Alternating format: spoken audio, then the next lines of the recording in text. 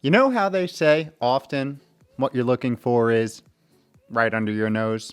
Well, just so happens one of the best health and longevity supplements on the planet is literally and figuratively right under our nose. Look down. I dare you. Yo, yo, yo! What is up? Welcome back to another week of How to Health. My name is Kevin. I run liftandbalance.com, where we take aim at all things health and longevity and do it in an odd, weird, interesting, and highly sarcastic way. Today, we are taking one step back to take three giant leaps forward and talking about how the OG original gangster exercise, the exercise we did long before the term exercise was first grunted, walking, may be the long-lost health and longevity pill we've been searching for decades. Yes, you heard that right. One foot in front of the other, ebbing and flowing not only into a better today, but a higher odds, likelihood, and probability of a healthier, pretty cool meat suit for the long run. I know, sounds like a good deal for doing something that we've literally evolved to do. Which begs the question, why are we doing it less and less? The simple answer being, modern day lifestyle and technology have just made our life so comfortable that we just don't need to. And if I've learned anything about us modern day humans over the last few years, it's the path of least resistance seems to be our default setting, which is great until it's not. And in the case of today's intelligent walking apes in this technology abundant modern society, living this philosophy out to a T has the potential to cause some pretty big problems down the line. Thus, why we want to use the magical cognitive powers of our 5-pound mushy membrane and get ahead while we still can. So to do this, we'll first explore our deep evolutionary ties to this walking thing, then review some data displaying that more steps do, in fact, correlate with more longevity, and finally talk about some ways to sneak some more steps into your day. Because sneaking snacks is a lot less tempting when you're busy sneaking steps, or at the very least, less biologically damaging. So let's embark to the way back long ago and see why this form of badonkadonking is truly ingrained in our biology. When you think about it, walking has been our primary mode of transport for, well, since that magical day the first fish walked out of the ocean and decided he or she liked the view. Okay, fine. It probably crawled, but let's not get caught up in the details. Either way, eventually, as our early primate ancestors began to live outside of their burrows following the Great Extinction event some 50 to 60 million years ago, these little creatures slowly evolved into our slouching great ape ancestors, and finally to the upright walking us, a few 1,200,000 minuscule years ago, providing a superpower for not only survival but innovation. A upright bodily structure, next-gen cooling mechanisms, and flexible energy metabolism to travel great distances over the course of days to years, becoming masters of hunting and gathering, and eventually establishing settling societies which allowed our minds to embark on solving new problems, which, fast forward to present day, have conveniently laid the foundation for ChatGPT to take over the world in the not-so-distant future.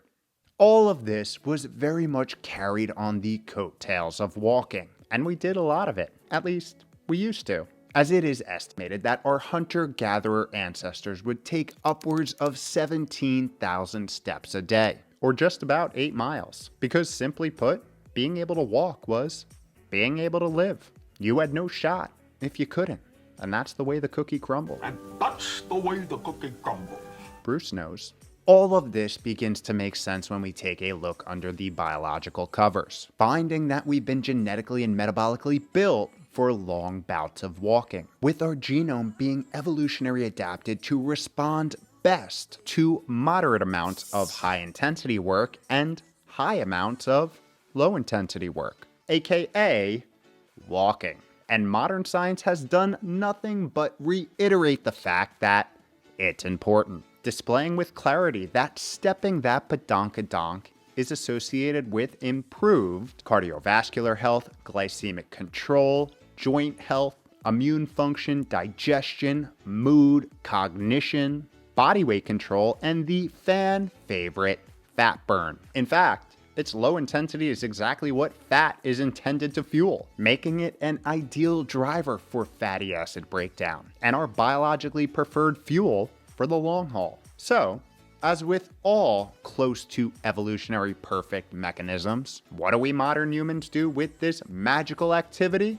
We take an average of 4,000 to 7,000 steps a day, substantially lower than we once did. And this movement downtrend, in combination with all the other suboptimal habits modern society has standardized on, have placed the average intelligent walking ape on the trajectory of morbidity, or the state of being diseased, a state of being somewhat disabled or impaired from doing the things that they love to do for a large portion of their lives, which is officially not cool for longevity school. And if you're skeptical if steps have anything to do with this, you should be.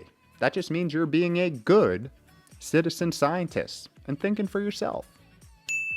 Chuck approves. Exactly why we're going to turn to some data, exploring how very powerful a step-by-step mentality may be.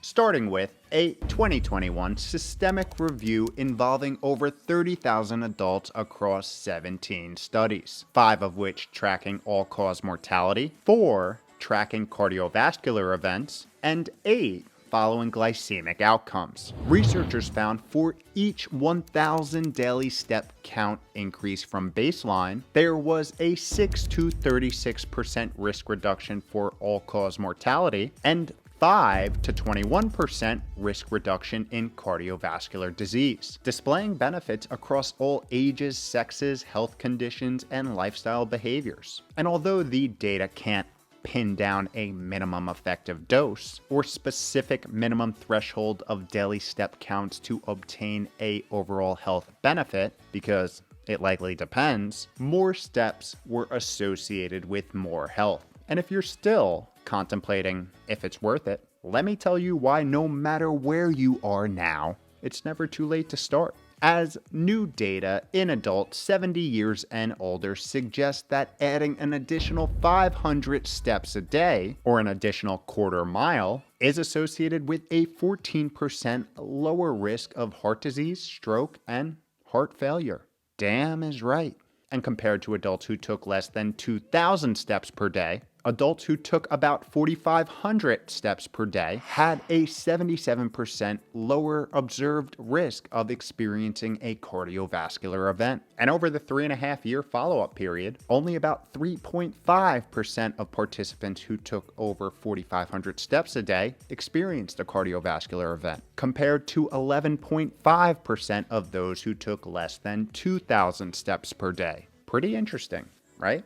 And when you factor in that cardiovascular disease happens to be the top cause of death as we enter the later stages of life, it only gets more compelling, indicating again, more steps, more good. And if you're wondering what an extra 500 steps looks like on the Talk of Tick, it's usually about 4 to 7 minutes at a moderate pace. So you are literally 10 daily minutes away from not only a better present day, but a healthier tomorrow.